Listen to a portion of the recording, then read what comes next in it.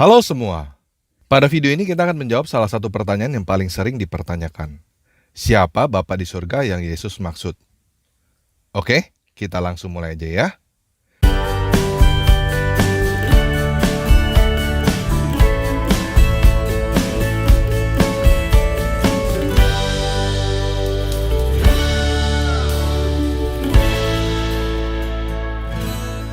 Nah, supaya kita tahu jawaban yang benar, kita buang dulu jawaban-jawaban yang salah ya. Di dalam kitab Matius, tertulis bahwa Yesus adalah anak Daud, anak Abraham. Dan jelas tertera silsilah Yesus dari Abraham hingga Yusuf suami Maria. Apakah Bapa di surga yang dimaksud Yesus adalah salah satu dari nama-nama yang tertera di silsilah itu? Jelas bukan ya? Secara silsilah, Yesus adalah anak manusia. Tetapi secara hakikat, Yesus bukan anak manusia. Jadi Bapa di surga yang dimaksud Yesus bukan Bapa secara jasmani, tetapi Bapa secara rohani. Jelas ya? Nah, apakah Bapa di surga yang dimaksud Yesus adalah Allah yang ada di dalam Al-Quran? Jawabannya adalah bukan ya. Buktinya dari mana? Yuk kita baca Al-Quran surah 53 ayat 19-22. Maka apakah patut kamu, dalam kurung orang-orang musyrik, menganggap dalam kurung berhala, Al-Lata dan Al-Uzza dan Manat, yang ketiga dalam kurung yang kemudian dalam kurung menjadi anak perempuan Allah. Apakah dalam kurung pantas untuk kamu yang laki-laki dan untuknya yang perempuan? Yang demikian itu tentulah suatu pembagian yang tidak adil. Jelas ya, sebelum datangnya Muhammad, Allah tidak punya anak lelaki. Allah punya 3 anak perempuan yang bernama Al-Lata, Al-Uzza, dan Manat. Kemudian Allah merasa tidak adil karena dia dapat 3 anak perempuan semua, sedangkan kamu dapat anak laki-laki. Bingung ya? Nggak usah bingung. Ini jelas tertulis dalam Al-Quran dan katanya Al-Quran adalah wahyu dari Allah. Jadi ini Allah sendiri yang berkata bahwa dia merasa pembagiannya tidak adil. Masa untuk kamu yang lelaki, untuk Allah yang perempuan? 3 lagi, nggak pantas dong. Jadi ketika Muhammad datang, turunlah Al-Quran surah 112 ayat 3. Dalam kurung Allah tidak beranak dan tidak pula diperanakan. Jadi sebelum dan sesudah Muhammad, Allah tidak pernah punya anak lelaki. Dengan demikian, Yesus bukanlah anaknya Allah yang ada di dalam Al-Quran. Jadi Bapa di surga yang dimaksud oleh Yesus bukan Allah yang ada di dalam Al-Quran. Karena Allah yang ada di dalam Al-Quran tidak punya anak lelaki. Jelas ya? Nah, kita udah mengeliminasi 2 kemungkinan. Bapa di surga yang dimaksud oleh Yesus bukan Yusuf dan juga bukan Allah yang ada di dalam Al-Quran. Jadi siapa Bapa di surga yang dimaksud oleh Yesus? Apakah Yahweh yang ada di dalam perjanjian lama? Yuk kita baca Yohanes 1 ayat 18 terjemahan ILT. Tidak seorang pun pernah melihat Elohim. Dia, putra tunggal yang ada dalam dekapan Bapa, dialah yang telah menyatakannya. Nah, dari perjanjian lama, kita tahu bahwa Yahweh menampakkan diri berkali-kali. Adam melihat Yahweh, Abraham melihat Yahweh, bahkan dikatakan di dalam Keluaran 33 ayat 11 terjemahan ILT, dan Yahweh berfirman kepada Musa, muka dengan muka, seperti ketika seseorang berbicara kepada temannya. Nah, apakah hal ini berarti Adam, Abraham, Musa, dan nabi-nabi lain melihat Bapa? Yuk kita dengar Yesus sendiri yang menjelaskan di dalam Yohanes 6 ayat 45-46 terjemahan ILT. Hal itu tertulis di dalam kitab para nabi. Dan mereka semuanya telah diajari mengenai Yahweh. Karena itu, setiap orang yang mendengar dan belajar dari Bapa, dia datang kepadaku. Tidak seorang pun pernah melihat Bapa, kecuali dia yang berasal dari Elohim. Dia itulah yang telah melihat Bapa. Sekali lagi saya bacakan Yohanes 6 ayat 46 terjemahan Lai, supaya teman-teman lebih yakin. Hal itu tidak berarti bahwa ada orang yang telah melihat Bapa. Hanya dia yang datang dari Bapa, dialah yang telah melihat Bapa. Jadi siapa Yahweh?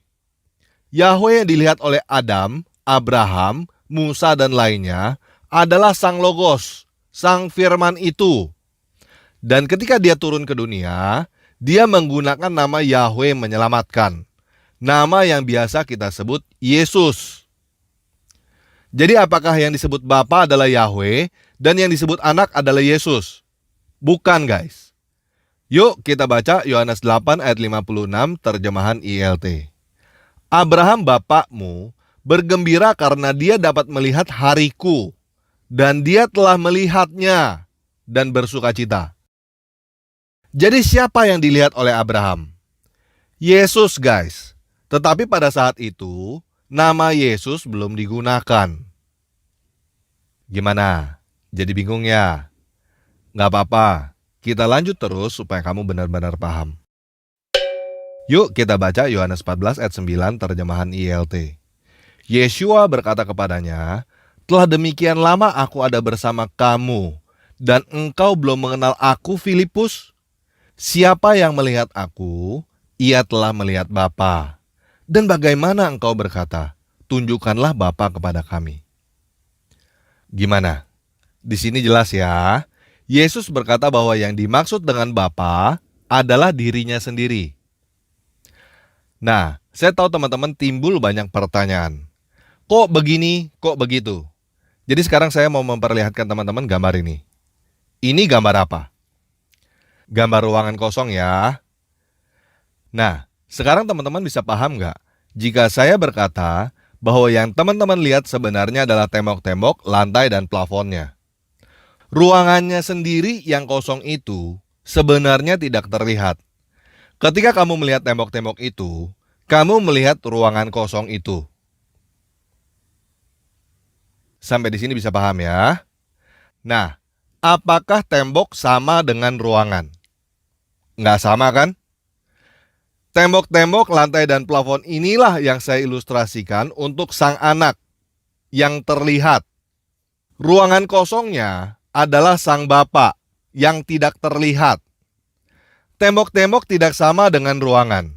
Anak tidak sama dengan Bapa. Tetapi ketika kamu melihat tembok-tembok itu, kamu melihat ruangan itu. Ketika kamu melihat anak, kamu melihat Bapa. Jadi tembok dan ruangan adalah dua hal yang berbeda, namun satu kesatuan yang tidak dapat dipisahkan. Nah, ketika saya menyebut ruangan ini adalah ruangan A, yang mana yang saya maksud dengan ruangan A? Ruangan kosongnya atau tembok-temboknya? Ya semuanya, guys. Yang dimaksud dengan ruangan A adalah ruangan kosong itu beserta tembok-temboknya semua.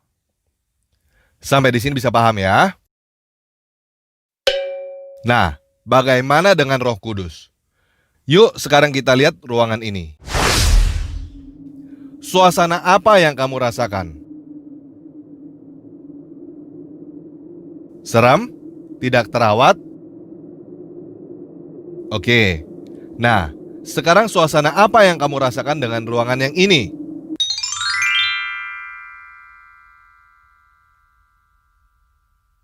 Cerah? Ceria? Oke, jadi begini. Di dalam satu gambar ini, kita melihat tembok-temboknya, sekaligus melihat ruangannya, sekaligus melihat suasananya. Tembok, ruangan, dan suasana adalah tiga hal yang berbeda. Betul kan? Nah, tembok ditambah ruangan ditambah suasana, jadi ada berapa? Ada tiga. Yes, ada tiga. Tiga apa? Tiga hal yang berbeda. Jadi apakah sekarang kamu melihat tiga gambar? Hah? Enggak. Kamu melihat satu gambar. Aduh, gimana sih kamu? Coba kita hitung ulang deh. Tembok, ada satu ya. Ruangan, ada satu lagi ya. Suasana, ada satu lagi kan? 1 tambah 1 tambah 1 sama dengan berapa? 3 kan? Berarti sekarang kamu melihat berapa gambar? Hah? Satu gambar? Aduh, kamu ini gimana sih? Kok 1 tambah 1 tambah 1 jadi sama dengan 1? Yang benar, 1 tambah 1 tambah 1 sama dengan berapa? 3 kan? Sekarang kamu melihat tembok, melihat ruangan, melihat suasana kan katanya? Berarti kamu melihat berapa gambar? Satu gambar atau tiga gambar? Tiga gambar atau satu gambar? Nah, inilah yang disebut dengan Trinitas atau Tritunggal itu. Tembok-tembok, ruangan, dan suasana menjadi satu kesatuan di dalam satu gambar. Ketika kamu melihat tembok-temboknya, kamu melihat ruangannya dan suasananya juga tidak terpisahkan. Jadi ingat ilustrasi ini ya. Yang disebut dengan anak adalah tembok-temboknya. Yang disebut dengan Bapa adalah ruangannya. Yang disebut dengan Roh Kudus adalah suasananya.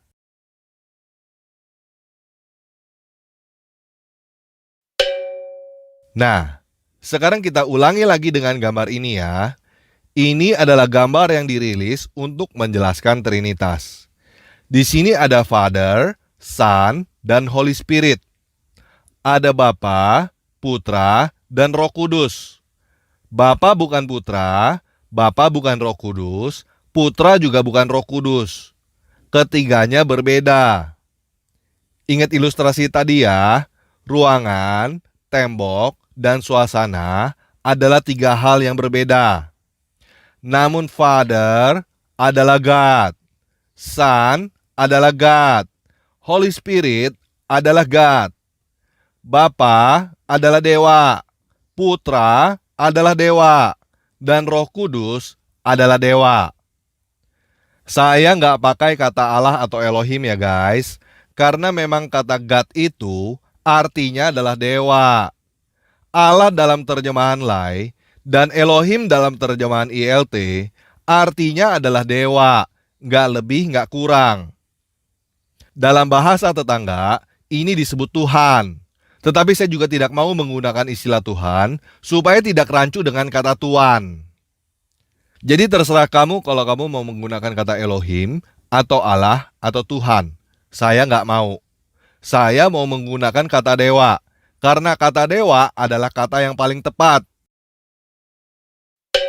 Nah, saya tahu.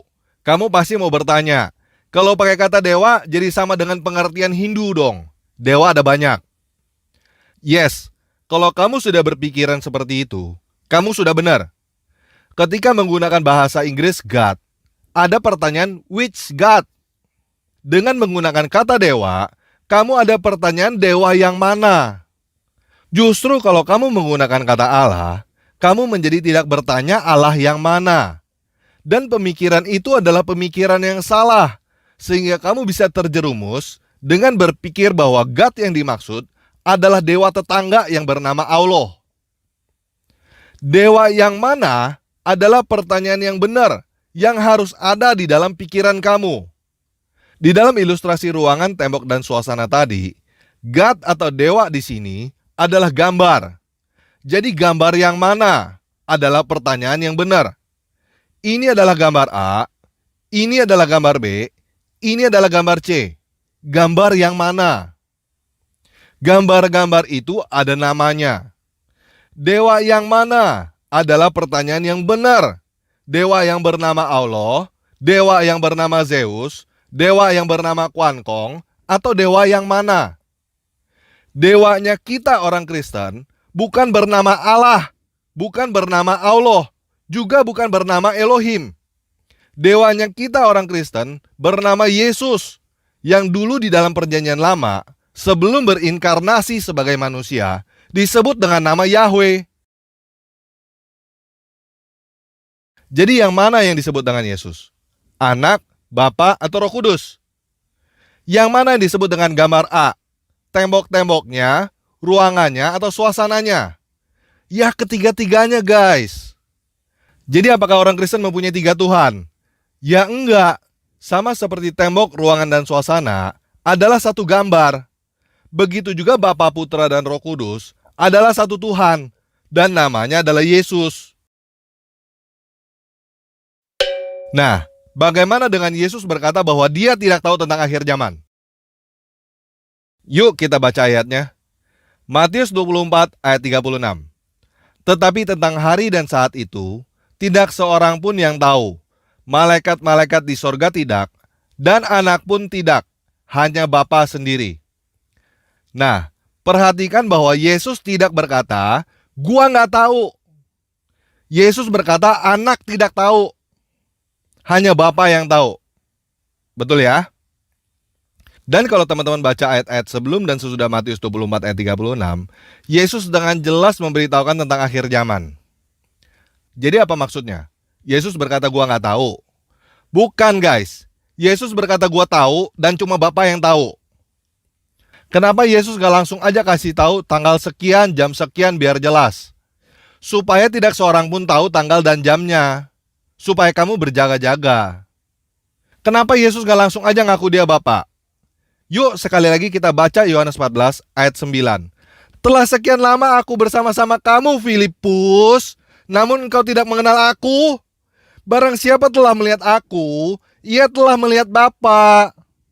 Bagaimana engkau berkata tunjukkanlah Bapa itu kepada kami? Jelas ya?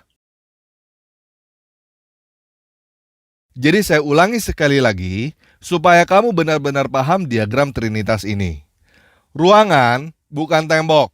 Ruangan bukan suasana. Tembok bukan suasana. Namun ruangan, tembok, dan suasana adalah satu gambar. Dan gambar ini kita sebut dengan gambar A. Bapa bukan Putra, Bapa bukan Roh Kudus, Putra bukan Roh Kudus. Bapa, Putra, dan Roh Kudus adalah satu dewa, satu Tuhan. Dewa yang kita kenal dengan nama Yesus. Nah, kalau ada teman-teman yang mau bertanya, apakah yang saya jelaskan ini unitarian, duinitarian, atau trinitarian, atau apapun juga, saya langsung aja jawab nggak tahu. Dan saya nggak peduli dengan tarian-tarian itu. Nggak penting. Karena yang paling penting dari semua ini, bukan kamu tahu tentang Yesus, tetapi kamu kenal dengan Yesus. Nah, saya tahu kamu pasti masih punya banyak pertanyaan. Oleh karena itu, coba renungkan satu kalimat ini dulu ya. Musuh terbesarmu adalah dirimu sendiri. Jadi begini, sebelum kamu berusaha mengerti tentang Tuhan, coba kamu berusaha mengerti tentang dirimu sendiri. Kalau kamu tidak bisa mengerti tentang dirimu sendiri, bagaimana kamu bisa mengerti tentang Tuhan? Nah, setelah kamu mengerti bahwa musuh terbesarmu adalah dirimu sendiri, coba kamu nonton ulang video ini dengan pengertianmu yang baru itu. Oke? Sekian video kali ini. Yesus Kristus penguasa kita memberkati.